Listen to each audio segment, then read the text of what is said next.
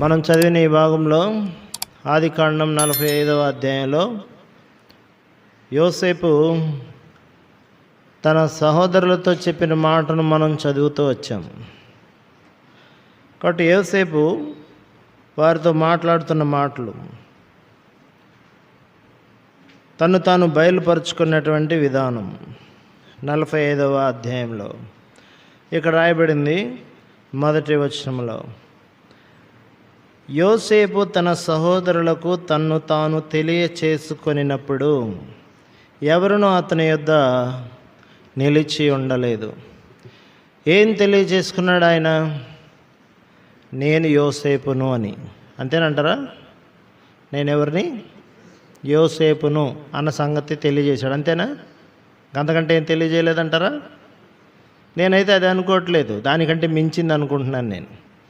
కేవలం యోసేపును నేనే, ఎందుకంటే ఐగుప్తు దేశానికి పంపించబడి దాదాపు చాలా సంవత్సరాలు అయిపోయిందని మనకు తెలుసు. అయితే యోసేపును నేనే అనే సంగతిని తెలియజేయడం ఒక్కటే కంటెంట్ కాదు, అక్కడ యోసేపు యొక్క మనసు తెలియజేయడం ఇక్కడ ప్రాముఖ్యమైంది. యోసేపు తన్ను తాను ఏం చేసుకున్నాడు? బయలుపరుచుకున్నాడు, లేక యోసేపు తన్ను తాను వారికి తెలియచేసుకున్నాడు. ఇక్కడ యోసేపు యొక్క గుణం ఏంటో తెలియజేయబడుతుంది, యోసేపు యొక్క మనసు ఏంటో తెలియజేయబడుతుంది. మనం కనుక వాక్యంలో చూస్తే ఒక చోట ఏమని రాయబడింది, రండి ఈ మాట చూద్దాము.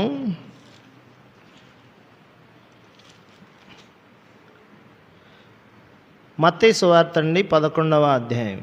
మత్తయి సువార్త 11వ అధ్యాయం ఇక్కడ 27వ వచనం. సమస్తమును నా తండ్రి చేత నాకు అప్పగించబడి ఉన్నది. తండ్రిగాక ఎవడునూ కుమారుని ఎరుగడు, కుమారుడుగాకను కుమారుడు ఎవనికి ఆయనను బయలుపరచను ఉద్దేశించిన వాడుగాకను మరి ఎవడునో తండ్రిని ఎరుగడు. ఇక్కడ ఏమర్థమవుతుందంటే, యోసేపు మనసు తన సహోదరులకు తెలియనట్టు దేవుని మనసు మనుషులకు కూడా ఏం కావట్లేదు, తెలియట్లేదు. కాబట్టి ఇక్కడ దేవుడు ఎలాంటివాడో, తండ్రి ఎలాంటివాడో, తను ఎంత మంచి దేవుడో మనకు తెలియడానికి యేసుక్రీస్తు ప్రభువారు ఈ లోకానికి వచ్చాడు. అందుకని ఇక్కడ మనం చూస్తాం, కుమారుడు ఎవనికి ఆయనను బయలుపరచను ఉద్దేశించునో వాడుగాక మరి ఎవడు తండ్రిని ఎరగడు. తండ్రిని ఎరగాలంటే త్రూ ఎవరి ద్వారా? కుమారుడి ద్వారానే ఎరగాలి. కాబట్టి కుమారుడు ఏం జ్ఞాపకం చేస్తున్నాడంటే తండ్రి యొక్క మనస్సును తెలియజేయడానికి ఇక్కడ ప్రయత్నిస్తున్నట్టు మనం చూడవచ్చు. కాబట్టి మనం చూసినప్పుడు మత్తయి సువార్త 16వ అధ్యాయంలో మీరు ఒక మాట చూస్తారు. మత్తయి సువార్త 16వ అధ్యాయం అక్కడ మనం 13వ వచనం నుండి చూసినప్పుడు, యేసు ఫిలిప్పుదైన కైసరయ ప్రాంతములకు వచ్చి మనిషి కుమారుడు ఎవడని జనులు చెప్పుకొనుచున్నారు అని తన శిష్యులను అడుగగా, ఇప్పుడు తండ్రి గురించినటువంటి బయలుపరకొరకు కుమారుడు వచ్చాడు కదా, మరి కుమారుడు గురించి ఎవరు బయలుపరుస్తున్నారో కూడా చూద్దాం. ఇప్పుడు ఇక్కడ వారు అన్నారు, కొందరు బాప్తిసమిచ్చే యోహానని, కొందరు ఏలియా అని, కొందరు ఇర్మియా అని, లేక ప్రవక్తల్లో ఒకడని చెప్పుకొనుచున్నారు అన్నారు. అందుకు ఆయన అన్నాడు, సరే వాళ్ళ సంగతి అట్ట పెట్టండి, మీరేమనుకుంటున్నారు అన్నాడు. మనకు ఎప్పుడైనా పక్కోడి గురించి చెప్పడం చాలా ఈజీ, మన దాకా వస్తే కానీ మనం ఏం చేయనుకుంటున్నాం అనేది అప్పుడు మనకు అర్థమైంది. ఇప్పుడు ఏమంటున్నాడు? మీరేమనుకుంటున్నారు? మీరైతే నేను ఎవడని చెప్పుకొనుచున్నారని వారిని అడిగాను. ఇప్పుడు చక్కని ప్రత్యుత్తరాన్ని మనం అక్కడ చూస్తాం. అందుకు సీమోను పేతురు, ఎవరు మాట్లాడాలి? ఒక మనిషి మాట్లాడుతున్నాడు. మీరు అన్నప్పుడు అందరిని అడిగాడు యేసుప్రభు, సమాధానం మాత్రం ఎవరు ఇస్తున్నారు? పేతురు మాట్లాడతాడు. పేతురు ఏమంటున్నాడు? నీవు సజీవుడవగు దేవుని కుమారుడు అయిన క్రీస్తు అని చెప్పాను. ఏమన్నా అండి ఆయన? సజీవుడగు దేవుని కుమారుడు అయిన క్రీస్తు. యేసు ప్రభు ఎవరు అనేది ఇక్కడ పేతురు మాట్లాడుతుంటే యేసు ప్రభు దాని గురించి ఏం చెప్పాడు? 17వ వచనంలో, సీమోన్ బర్యోనా నీవు ధన్యుడవు, పరలోకమందున నా తండ్రి సంగతి నీకు బయలుపరచనే కానీ నరులు నీకు బయలుపరచలేదు. యేసు ప్రభు ఎలాంటి వాడో బయలుపరుస్తుంది ఎవరంట? తండ్రి బయలుపరుస్తున్నాడు. పేతురుకు ఎవరు బయలుపరిచారు? తండ్రియే. చూడండి ఎంత అద్భుతమైన విషయం. కాబట్టి ప్రభువైన యేసుక్రీస్తు వారి యొక్క మనస్సు ఏంటో లేక ఆయన ఏంటో ఆయన గురించి తండ్రి బయలుపరుస్తున్నట్లుగా మనం చూస్తాం. చూడండి, ఇక్కడ కుమారుడేమో తండ్రిని బయలుపరిచాడు, తండ్రి ఏమో కుమారుడిని బయలుపరుస్తున్నాడు. ఇక్కడ మనం మళ్ళీ ఆ భాగానికి మనం వద్దాం. ఆదికాండం అండి, మళ్ళీ అదే భాగానికి వద్దాం. 45వ అధ్యాయం. ఆదికాండం 45వ అధ్యాయం. ఈ మొదటి వచనంలో మళ్ళీ చదువుతున్నాను. యోసేపు తన సహోదరులకు తన్ను తాను తెలియచేసుకున్నప్పుడు అనే పదాన్ని గురించే ఇప్పుడు చెప్పాను. ఎవరునూ అతని యొద్ద నిలిచి ఉండలేదు. తర్వాత ఎలాగంటి వాడో మనకి ఇక్కడ అర్థమవుతుందండి. ఎలాంటి వాడో అర్థమవుతుంది. 5వ వచనం మనం చూస్తే, అయినను నేను ఇక్కడికి వచ్చినట్లు మీరు నన్ను అమ్మివేసినందుకు దుఃఖపడకుడి, అది మీకు సంతాపం పుట్టింపనీయకుడి. ప్రాణరక్షణ కొరకు దేవుడు మీకు ముందుగా నన్ను పంపించెను అనే మాట చూస్తాం. కాబట్టి తన యొక్క అండర్స్టాండింగ్ అంటే దేవుని మీద తన యొక్క ఉద్దేశాన్ని గురించి మనం చూద్దాం. యోసేపు ఏం చెప్తున్నాడు? ఎందుకు నేను ముందుగా ఇక్కడికి వచ్చాను? మీ ప్రాణ రక్షణ కొరకు నన్ను ముందుగా ఆయన పంపించాడు అని చెప్పాడు. ఇంత గ్రహింపు ఎంతమందికి ఉంటుంది? ఇంత గ్రహింపు ఎంతమందికి ఉంటుంది? కాబట్టి ఆయన యోసేపును వారు ద్వేషించి, యోసేపును వారు చంపడానికి చూసి, చివరికి అమ్మేసుకొని ఇలాంటి పరిస్థితులన్నీ చేసిన తర్వాత, వారందరూ ఒక్కటై గోతులో ఇసిరేసిన తర్వాత, దేవుడు ఎలాగో బయటికి దీవించి రూబేన్ ద్వారా ఆయన్ని మిద్యానీయుల తర్వాత ఐగుప్తులకు ఏం చేపట్టాడు? అమ్మబడి ఈ ప్రాంతానికి వచ్చిన తర్వాత సహజంగా మనలాంటి వాడైతే వేరే రకంగా ఆలోచిస్తాడు. అయితే ఇక్కడ యోసేపు అలాగా ఆలోచించాడంటారా? ఏమీ లేదు. ఆయన అంటున్నాడు, దేవుడు నన్ను ఇక్కడికి పంపించాడు మీకు ముందుగా, అంతే. మీరు దుఃఖపడకండి, మీరు బాధపడకండి, మీరు సంతాపపడకండి. ఎంత చక్కగా యోసేపు మాట్లాడటం మనం చూస్తాం. కాబట్టి యోసేపు దేవుడు పంపించిన వాడుగా ముందుగా మనం చూస్తున్నాం. వారు వచ్చే ముందు కొన్ని సంవత్సరాల ముందు యోసేపును ఐగుప్తుకి దేవుడు ఏం చేశాడంట? పంపించాడు. మన కొరకు కూడా యేసుక్రీస్తు ఈ లోకానికి వచ్చాడు. మన కొరకు కూడా యేసు ప్రభు ఈ లోకానికి వచ్చాడు. కాబట్టి అపోస్తల కార్యాల గ్రంథం 3వ అధ్యాయం ఆఖరి వచనంలో మనం చూస్తాం ఒక మాట. 3వ అధ్యాయం అపోస్తల కార్యాల గ్రంథం ఆఖరి వచనం. దేవుడు తన సేవకుని పుట్టించి మీలో ప్రతివాన్ని వాని దుష్టత్వం నుండి మళ్లించుట వలన మిమ్మల్ని ఆశీర్వదించుటకు ఆయనను మొదట మీ యొద్దకు పంపాను. ఆశీర్వదించడానికి, దుష్టత్వం నుండి మళ్లించబడడం ఆశీర్వాదం. ఈ ఆశీర్వాదం మీకు ఇవ్వడానికి ఆయనను మొదట మీ యొద్దకు ఏం చేశాడు? పంపించాడు. కాబట్టి యోసేపు ముందు వచ్చినట్లు మనందరి కొరకు యేసుక్రీస్తు వారి ఈ లోకానికి వచ్చాడు. కాబట్టి ఎందుకు వచ్చాడు కూడా అక్కడ చెప్తున్నాడు. ముందుగా ఎందుకు వచ్చాడు? ఇక్కడ చూస్తే దుష్టత్వం నుంచి ఏం చేయడానికి? మళ్లించడానికి వచ్చాడు. ఆశీర్వదించడానికి యేసు ప్రభు వచ్చాడు అనే మాట చూస్తాం. నేను గతంలో ఒకసారి 7 మాటలు చెప్పాను యేసు ప్రభు భూమి మీదకి ఎందుకు వచ్చాడో. క్రిస్మస్ దినంలో సాయంత్రం మీటింగ్లో చెప్పినట్టున్నాను. కానీ వాటిలో మచ్చుకు 2 చెప్పాలనుకుంటున్నాను ఈ సందర్భానికి.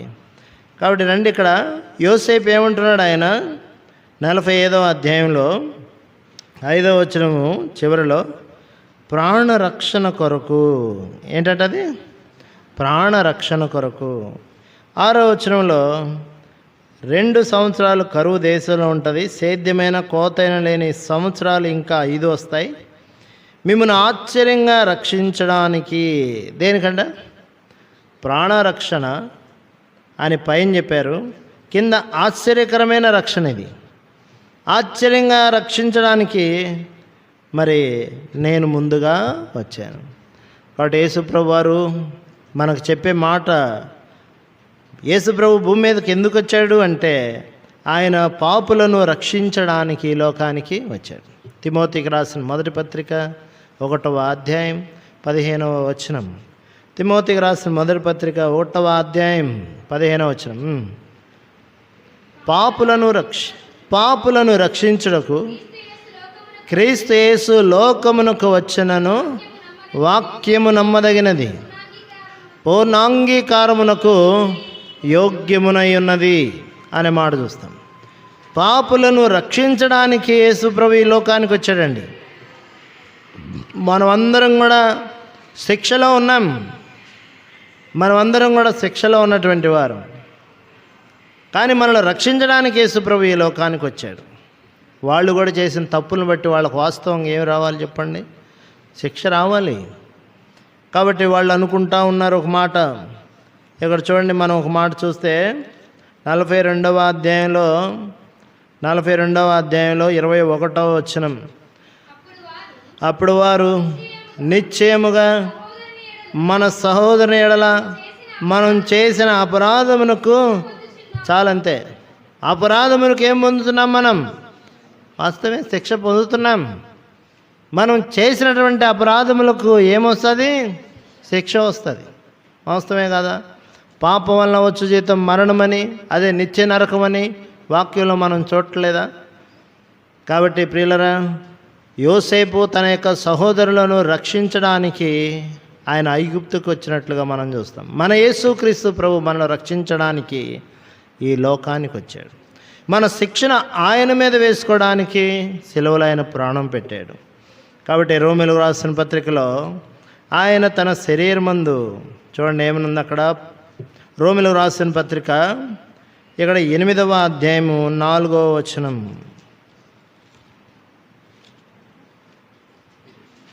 రోమాపత్రిక 8వ అధ్యాయం 4వ వచనం.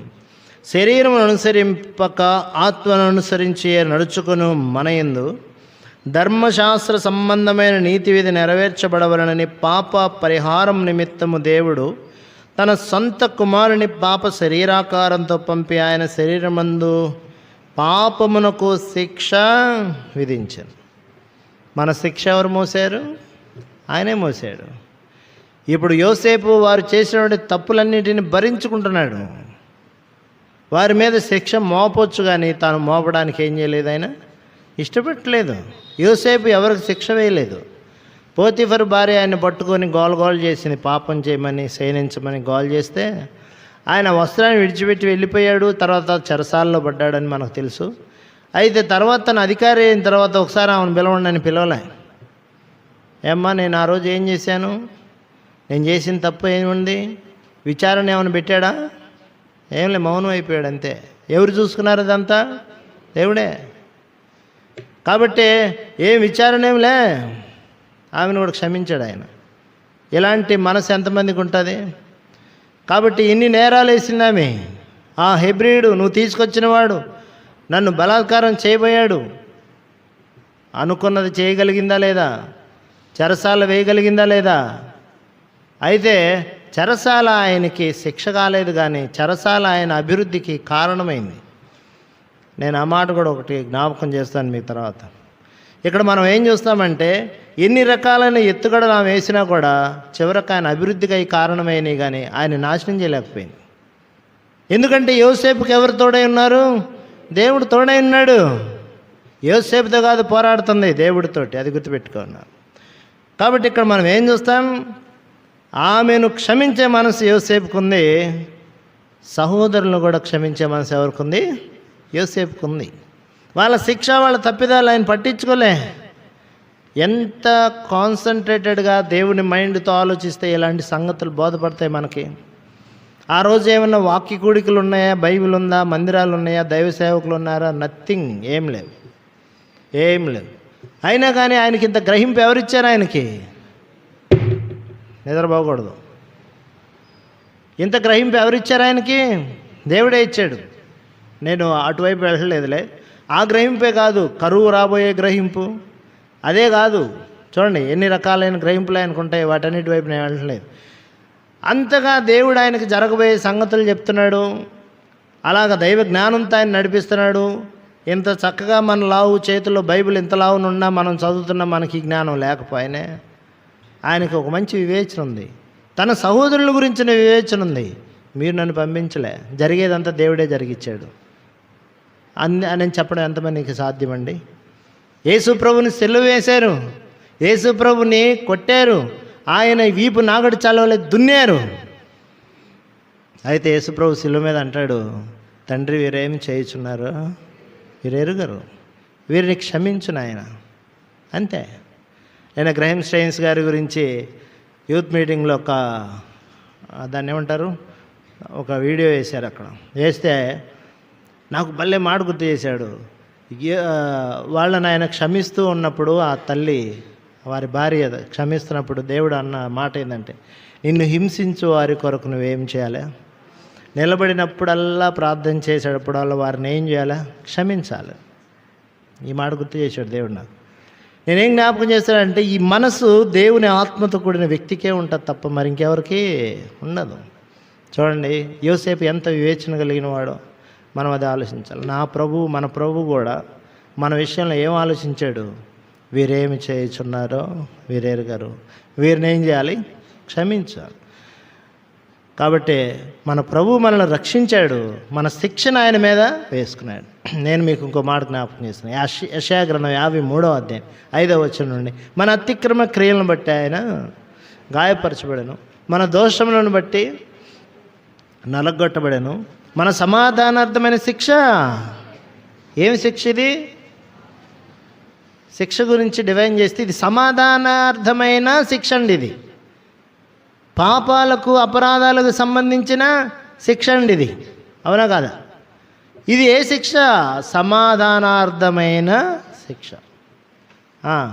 మన సమాధానార్థమైన శిక్ష చదవండి ఏమనుంది తర్వాత, మన అతిక్రమ క్రియలను బట్టి ఆయన గాయపరచబడెను, మన దోషములను బట్టి నల్లగొట్టబడెను, మన సమాధానార్థమైన శిక్ష ఆయన మీద పడెను, ఆయన పొందిన దెబ్బల చేత స్వస్థత.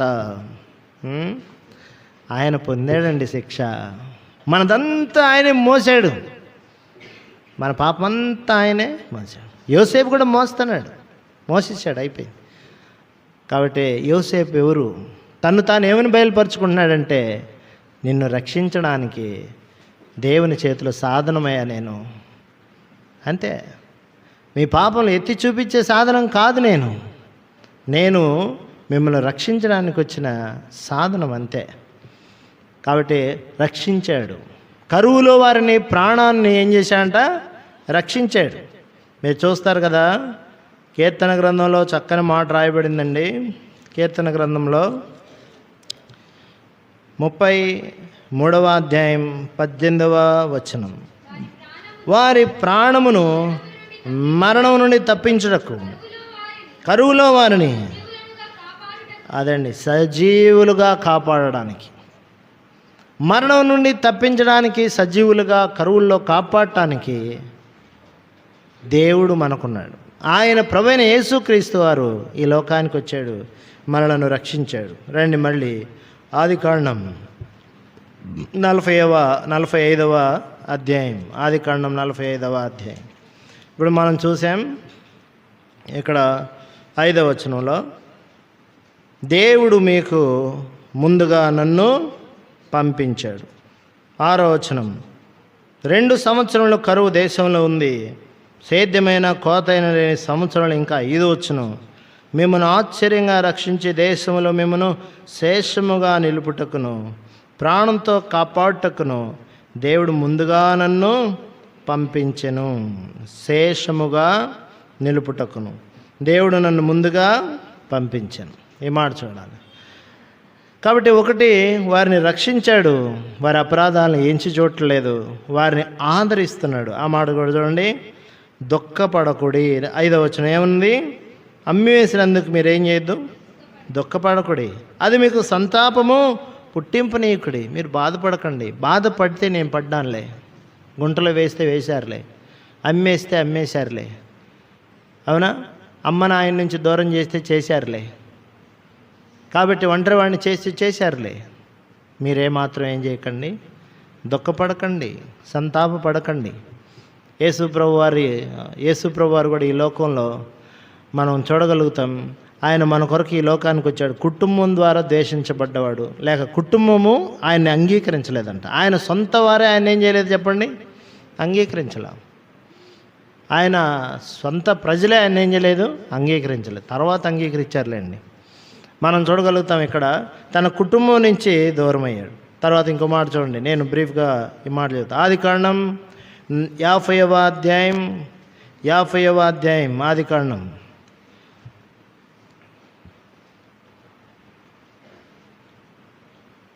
17వ వచనం. యోసేపుకు వారు వర్తమానం పంపిస్తున్నారు తన తండ్రి చనిపోయిన తర్వాత. నీ తండ్రి తాను చావక మునుపు ఆజ్ఞాపించింది ఏమనగా, మీరు యోసేపుతో నీ సహోదరులు నీకు కీడు చేసిరి గనుక దయచేసి వారి అపరాధమును వారి పాపమును క్షమించమని అతనితో చెప్పుడనెను. కాబట్టి దయచేసి నీ తండ్రి దేవుని దాసుల అపరాధము క్షమించుమనిది. వారు యోసేపుతో ఇలాగ మాట్లాడుచుండగా అతడు ఏం చేస్తున్నాడు, ఏడ్చాడు. ఏం చేశాడు, నేను వీళ్ళకి క్షమిస్తున్నా వీళ్ళకి ఏం కావట్లేదు, అర్థం కావట్లే. దేవుడు కూడా ఎన్నోసార్లు మన కోసం ఏం చేస్తున్నాడు, ఆయన చాటుగా ఏడుస్తున్నాడు, మన క్రియలను బట్టి ఏడుస్తున్నాడు. ఎంత క్షమించినా మనం ఆయన్ని నమ్మకపోతే, ఆయన మనసుని ఇంకా మనం ఎరగకపోతుంటే ఆయనకి ఏమొస్తుందని చెప్పండి. ఎన్నిసార్లు ఏడిపించామో కదా. ఆయన ఏడ్చుచూ ఉన్నాడు. వారు ఇలాగ మాట్లాడుతుంటే వాస్తవంగా వారిని క్షమించలేదంటారా, క్షమించాడా లేదా? కానీ ఆ క్షమాపణ వారు ఇంకా ఏం చేయట్లేదు, రిసీవ్ చేసుకోవట్లేదు. కాబట్టి మనం ఇక్కడ గమనించాలి, యోసేపు వారందరినీ క్షమించాడు, అయినా సరే వారు దాన్ని నమ్మలేదు.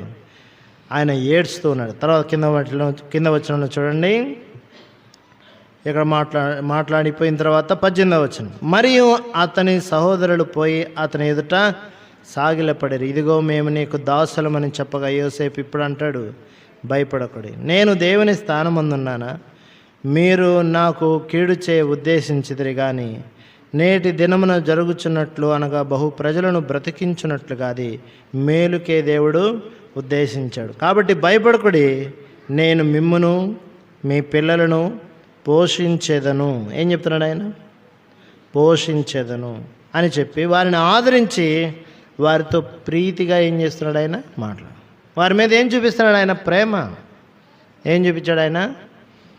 అందుకని మనం పాట పాడుకున్నాం, ప్రేమ ప్రేమ ప్రేమ అనే పాట. కాబట్టి వారితో ప్రీతిగా ఆయన మాట్లాడుతున్నాడు. కొన్ని సంగతులు నేను బ్రీఫ్గా మీకు చెప్తున్నా, ఈ మాటలేనండి.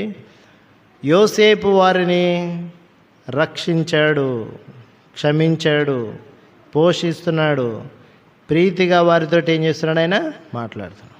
యేసుప్రభు గారు కూడా యేసుప్రభు వారు ఈ లోకంలో వాక్యం చేత ఆయన మనలను పోషిస్తున్నాడు. చాటుగా మన యొక్క అపరాధముల నిమిత్తం ఇంకా మనం నమ్మకపోతుంటే ఆయన ఏడుస్తున్నాడు. ఆయన మనను ఆదరిస్తున్నాడు. మనతో ఇంకా ప్రీతిగా ఏం చేస్తున్నాడు, ఆయన మనతోటి మాట్లాడుతూనే ఉన్నాడు. ఆరాధించాలి మనం. దేవా, నన్ను రక్షించడానికి లోకానికి వచ్చావు, నన్ను ఆదరించడానికి లోకానికి వచ్చావు, నన్ను ప్రేమించి నాతో మాట్లాడడానికి ఈ లోకానికి వచ్చావు, చెప్పచ్చు ఈ మాట. కాబట్టి నన్ను క్షమించడానికి ఈ లోకానికి వచ్చావు, మార్క్స్ వార్త 10:45 ప్రకారం.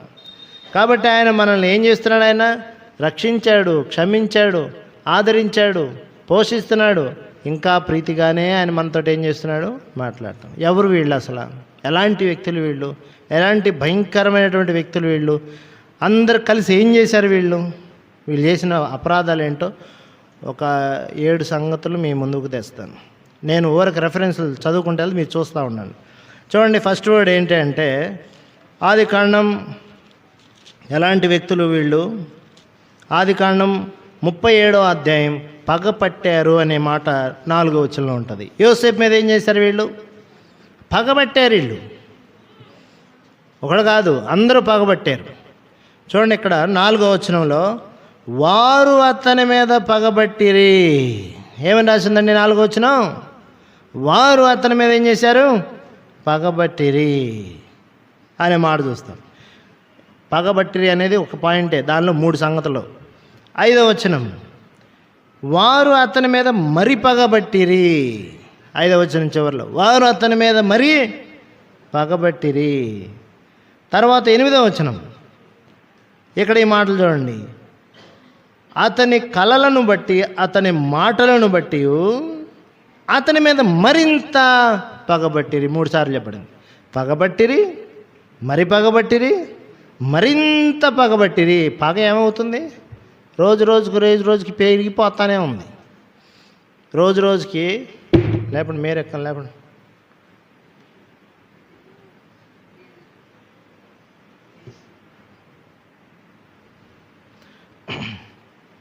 పగబట్టిరి, మరి పగబట్టిరి, మరింత పగబట్టిరి.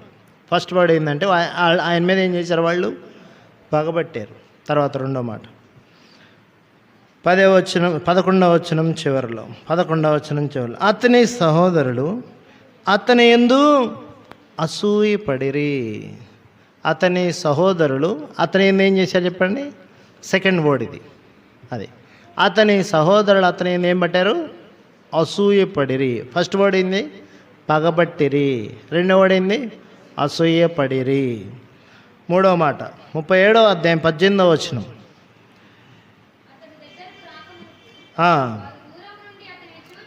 అతనిని చూచి చంపుటకు దురాలోచన చేశారు. ఇది 3వ మాట. ఏం చేశారు ఆయన మీద? చంపడానికి. ఎంత కోపం అండి ఇది, ఎంత పగ! కయ్యూను తన తమ్ముడైన హేబేలు మీద ఏం చేసుకున్నాడు? ఆయన కోపం పెట్టుకున్నాడు. కోపం ఎక్కడికి తీసుకెళ్ళింది? చంపడానికి తీసుకెళ్ళలేదా? చంపే మైండ్ ఎవరిది? కయ్యూను మైండ్ కాదా? దుష్టుని మాట కాదా ఇది? ఏం చేశారు వీళ్ళు?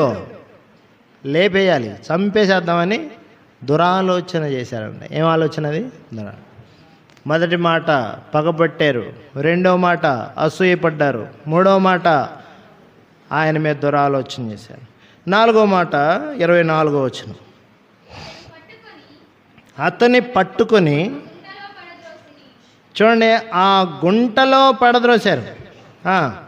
ఇక్కడ ఏం చూస్తాం? అతన్ని పట్టుకొని ఆ గుంటలో ఏం చేశారంటే ఆయన్ని పడద్రోశారు. గుంటలో పడద్రోశారు. మీరు బాగా ఆలోచించాలి. అతన్ని గుంటలో వేసేటప్పుడు సిచ్యువేషన్ మీకు తెలుసు కదా. అతని బట్టలు తీసేశారు, అతని బట్టలు పక్కనెట్టేశారు, ఈయన ఒక్కడిని తీసుకెళ్ళి గుంటలో వేశారు, పోసారు, దాని రక్తాన్ని దీనికి పులిమేశారు, అంతేనా? ఆయన గుంటలో వేశారు, గుంటలో అతన్ని వేశారు. తర్వాత మిద్యానీలు అలా వెళ్తుంటే లేపి ఆయన ఏం చేశారు? అమ్మేశారు. తర్వాత ఇప్పుడు ఏం చెప్పాము? 1 పగబట్టారు, 2వది అసూయపడ్డారు, 3 కూర్చొని దురాలోచన చేశారు, 4వది గుంటలో వేశారు, 5వది అమ్మి వేశారు. 28వ వచనం, మిద్యానీయులైన వర్తకులు ఆ మీదుగా వెళ్ళుచుండగా వారు ఆ గుంటలో నుండి యోసేపును పైకి తీసి ఆ ఇష్మాయేలీయులకు 20 తులాల వెండికి అతన్ని ఏం చేశారు? అమ్మేశారు. ఏం చేశారంట? ఆయన్ని డబ్బుకు అమ్మేసుకున్నారు, డబ్బుకు అమ్ముడు పోయారు. ఆయనకి వెల కట్టారు 20 వెండి తులాలు. అంతే. జ్యేష్ఠత్వ హక్కును ఒక్క పూట కూటి కోసం అమ్మి వేసుకున్నాడంట. ఎవరు?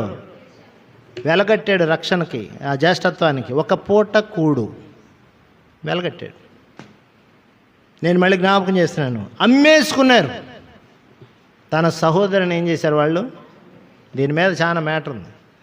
నిన్ను నువ్వు అమ్ముడు పోయావు అనేది వాక్యంలో చూస్తాం. పాపమునకు నేనేం చెప్పడ్డాను? అమ్మబడితిని. పౌలు చెప్పాడు ఈ మాట, అమ్మబడ్డాం. ఇప్పుడు ఏం చెప్పాను? 5 మాటలు చెప్పినట్టున్నాను. 6వ మాట 37వ అధ్యాయం 32వ వచనం, ఆ విచిత్రమైన నిలువుటంగిని పంపగా వారు తండ్రి యొద్దకు దాన్ని తెచ్చి, ఇది మాకు దొరికింది, ఇది నీ కుమారుని అంగి అవునో కాదో గుర్తుపెట్టమని చెప్పారు. అతడు దాన్ని గుర్తుపట్టి, ఈ అంగి నా కుమారునిదే, దుష్టముఖం వాడిని తినివేశాను, యోసేపు నిశ్చయముగా చేల్చబడెను. ఏమంటున్నారు వాళ్ళు? యోసేపు నిశ్చయంగా ఏం చేయబడ్డాడు? చేల్చబడ్డాడు. కాబట్టి ఇక్కడ చూడండి, మనం ఏం చూస్తాం? వారి యొక్క ప్లాన్ ఏంటి? వారి యొక్క ఆలోచన ఏంటి? మనం ఇలాగ చెప్దాం, నాయనకి ఏం చెబుదాం, అబద్ధం చెబుదాం. నీ కొడుకు చచ్చాడు, నీ కొడుకు చచ్చిపోయాడు. వాస్తవమే, మీ దృష్టిలో చచ్చిపోయాడు, ఐగుప్తులో తేలేడు. ఎక్కడ తేలేడు ఆయన? మీరు అమ్మి వేసి గుంటలో వేసిన ఆయన ఎక్కడ తేలాడు చెప్పండి? ఐగుప్తులో తేలాడు. యేసు ప్రభు శిలువలో మరణించాడు, బట్ లేచాడు ఆయన పునరుత్థానుడై. ఆయన చనిపోయినవాడు చనిపోయినట్టేలే, ఆయన తిరిగి ఏమయ్యాడు చెప్పండి? కాబట్టి ఇక్కడ ఏం చెప్పండి? అబద్ధం ఏముంది వాళ్ళ జీవితంలో? ఆరోదిగా ఏముంది? అబద్ధం ఉంది. ఆరోదిగా అబద్ధం ఉంది. వాళ్ళ నాయన గుండె పగిలిపోయేట్టు ఏడుస్తున్నాడు. నా కొడుకుని దుష్ట మొగాలు ఏం చేశాయి? చీల్చివేశాయి. వీళ్ళందరిలో ఒక్కడికన్నా మనసు కరగలేదే? మరే తండ్రి అట్ట ఏడుస్తున్నాడు రా, చెబుదామా నిజం? చెబుదామా ఆయన ఒక్కడన్నా అనుకున్నాడా? ఒక్కడ కూడా అనలా. అందరూ ఒక్క మాట మీదే ఉన్నారు. ఆయన గొగ్గోలు పెట్టి ఏడుస్తున్నా కూడా తండ్రి ఏడిస్తే ఏడిచాడు. నిన్ను నన్ను బట్టి కూడా పరలోక తండ్రి ఏం చేస్తున్నాడు చెప్పు? ఏడుస్తున్నాడు. ఆయన ఏడుపు మాకెందుకు? మేం చేసేది చేస్తాం అన్నట్టుంది మన వ్యవహారం. ఇక్కడ కూడా చూస్తాం ఏంటదంటే, వారు ఏం చేస్తున్నారు? అబద్ధం ఆడుతున్నారు. ఆయన గుండె పగిలిపోతుంది.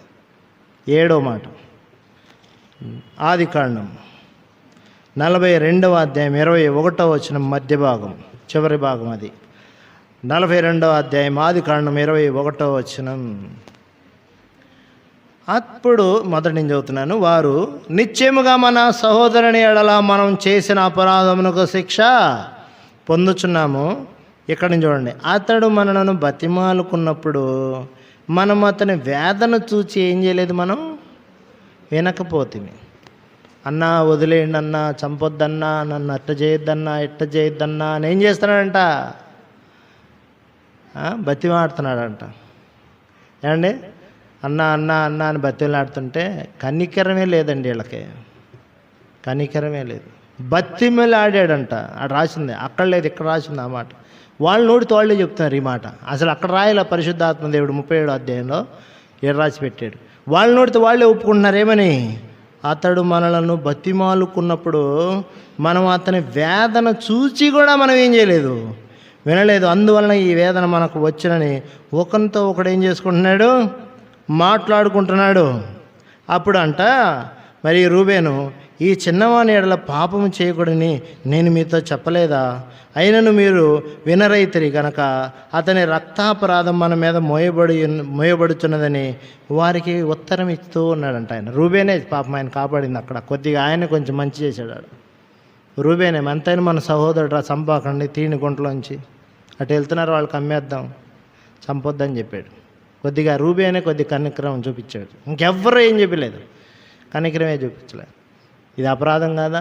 వారి మొర ఏం చేయలేదంట, వినలేదంట. ఆయన బతిమలాడినా కూడా ఏం చేయలేదంట, వాళ్ళు వినలేదు. ఇట్లాంటి వాళ్ళని క్షమించవచ్చు అంటారా? మనలో ఎవడైనా క్షమిస్తాడా? క్షమిస్తాడా? ఒక రకంగా మానవపరంగా ఆలోచిస్తే నాలాంటి వాడు క్షమించడేమో. నేను చెప్తాను ఆ సంగతి. మీరెవరైనా క్షమిస్తారో నాకు తెలియదు, కానీ ఎవరూ క్షమించమండి. దేవుని ప్రేమ ఉంటేనే ఏం చేయగలుగుతారు, ఎవరైనా క్షమించగలుగుతారు. ఇట్లాంటి వాడిని ఎవరు క్షమించలేరు, ఇట్లాంటి మనుషుల్ని. కానీ యేసు ప్రభు మనల్ని ఏం చేశాడు చెప్పండి? క్షమించాడా లేదా? ఎంత గొప్ప క్షమాపణ ఇది! బాగా ఆలోచిద్దాం. పగబట్టినవాడు, అసూయపడినవారు, విరోధంగా ఆలోచన చేసిన వారు, గుంటలో పడవేసిన వారు, ఇలాంటి పదాలన్నీ ఒక 7 చెప్పాం కదా. ఇలాంటి వారిని రక్షించడానికి దేవుడు నన్ను పంపించను అనుకున్నాడు ఆయన. ఇలాంటి వారిన నేను క్షమించేది, ఇలాంటి వారిని పోషించేది, ఇలాంటి వారితో నా ప్రీతిగా నేను మాట్లాడేది, ఇలాంటి వారిని దుఃఖపడకండి, బాధపడకండి అని ఆదరించేది. వాస్తవమే, మనమైతే చేయలేము. ఆ గ్రహం స్టెయిన్స్ గారి భార్య వాళ్ళందరినీ క్షమించి ఆ తారా సింగ్ అనే అతన్ని వదిలేయండి అని చెప్పిందంట. అది ఒక ఆ క్రీస్తు హృదయంలో ఉన్న వ్యక్తికి సాధ్యం, కానీ ఇంకా మరి ఏ వ్యక్తికి అది సాధ్యమయ్యేది కాదు. ఎంత క్షమాపణ! యేసు ప్రభు మనల్ని క్షమించలేదా? మనం ఆయన ఆరాధించొద్దా? నిజమేనాయన, నేను ఎలాంటి వాడిని? పగతో హృదయం కలిగిన వాడిని, అసూయపడే మనసు కలిగిన వాడిని, నేను దురాలోచన మనసు కలిగిన వాడిని, గుంటలో పడవేసి చావుకైనా తెగించినటువంటి వాడిని. అవును, నేను అమ్మి వేసుకున్న వాడిని, నేను నిజమే కనికరం లేకుండా ఎంత బతిమాలినా వినని పరిస్థితిలో నేనున్నాను. నేను ఇంతటి దుష్టత్వం కలిగిన వ్యక్తినే. అయినా యోసేపు తన సహోదరుల్ని క్షమించినట్లు నువ్వు నన్ను ఏం చేశావు? క్షమించావు. నా కొరకు నువ్వు ప్రాణం పెట్టావు. నా కొరకై నువ్వు తిరిగి లేచావు. ఈరోజు నువ్వు ఇంకా నన్ను విడవక నీ జాలి, నీ దయ, నీ కనికరం నా మీద నువ్వు ఇంకా కుమ్మరిస్తూనే ఉన్నావు. నేను మాట చెప్తానని చెప్పాను నాకు. యోసేపుని అమ్మి వేసినా, యోసేపుని ఏం చేసినా ఆయన ఎలాంటి వాడికి అయ్యాడంటే హెచ్చించబడ్డాడా లేదా? ఆయన మాటలోని చూద్దాం. 37వ అధ్యాయం ఈ మాట చదివి మనం ఆరాధనలోకి వెళ్దాం. 37వ అధ్యాయం ఆదికాండం 37 కాదండి 45 అండి 45 8వ వచనం. కాబట్టి దేవుడే కానీ మీరు నన్ను ఇక్కడికి పంపలేదు. ఎట్లా? ఫరోకి నేను ఎవరిని? ఇప్పుడు తండ్రిని, అతని ఇంటి వారందరికీ ప్రభువుని, ఐగుప్తు దేశం అంతటి మీద ఏలికను. 3 మాటలు. ఎవరిని? నేను. ఫరోకి నేను ఎవరిని? తండ్రిని. ఆయన ఇంటి వాళ్ళకి ప్రభువుని, ఐగుప్తు దేశానికి నేనెవరిని? ఏలికని. మీరు నన్ను ద్వేషించారు, నెట్టేశారు, కాదన్నారు. దేవుడు ఈ హెచ్చింపు కొరకే నన్ను ఇక్కడికి ఏం చేశాడు? పంపించాడా లేదా? నేను మళ్ళీ జ్ఞాపకం చేస్తున్నాను. ఆయనేం దేవుడు తక్కువ చేయలే. పంపించేస్తే ఆయన ఏమయ్యాడు? గొప్పవాడయ్యాడా లేదా? ఆయన యొక్క దేవుడు తోడై ఉన్నాడా లేదా? నష్టపోయింది ఎవరంటే పంపించేసిన వాళ్ళే. కానీ వాళ్ళని ఆశ్చర్యంగా దేవుడు ఇక్కడ బ్లెస్ చేయడానికి ఆయన ముందుగా ఇక్కడికి ఏం చేయబడ్డాడు? తీసుకురావాడు. కాబట్టి మనం గుర్తుపెట్టుకుందాం, ప్రతి వాని మోకాలు యేసు నామమున వంగునట్లు, ప్రతి వాని నాలుక తండ్రి అయిన దేవుని మహిమార్థమే ఆయన ప్రభు అని ఒప్పుకున్నట్లు ఆయన అధికంగా యేసయ్యను ఏం చేశాడంటే తండ్రి హెచ్చించాడా లేదా? ఇప్పుడు మనం మోకరించి ఆయన ఏం చేయొచ్చు? ఆరాధన చెయ్యాలి. ఆయన హెచ్చించబడ్డవాడు. యోసేపు ఏం చేయబడ్డాడు? హెచ్చించబడ్డాడు. సాగిలపడ్డారా లేదా అతని సహోదరులు? చూడండి 50వ అధ్యాయం చూశారుగా మాట. 50వ అధ్యాయం 18వ వచనం. మరియు అతని సహోదరులు పోయి అతని ఎదుట సాగిలపడిరి. మనం కూడా ఏం చేద్దాం? సాగిలపడదాం. మన తండ్రి అయిన దేవుని సన్నిధిలో నా కొరకు ఇచ్చిన ఈ రక్షణ, నా కొరకు ఇచ్చిన ఈ క్షమాపణ, దీని అంతటిని బట్టి నేను నిన్ను ఆరాధిస్తాను. నేను ఇలాంటి మనసు కలిగిన వాడు నేనయ్యా. అయినా నన్ను నువ్వు క్షమించడానికి ఇష్టపడ్డందుకే నేను నిన్ను స్తుతిస్తున్నాను అని మనం ప్రభువుని, మన తండ్రిని మనం ఆరాధించే వారంగా ఉంటాం. కాబట్టి మోకాళ్ళ మీదకి వస్తామండి. మోకాళ్ళ మీదకి వస్తాం. పల్లవి పాడుతుంటుండగా మనం ఆరాధనలోకి ప్రవేశిస్తాం. సండే స్కూల్ బిడ్డలు సండే స్కూల్కి వెళ్తారు.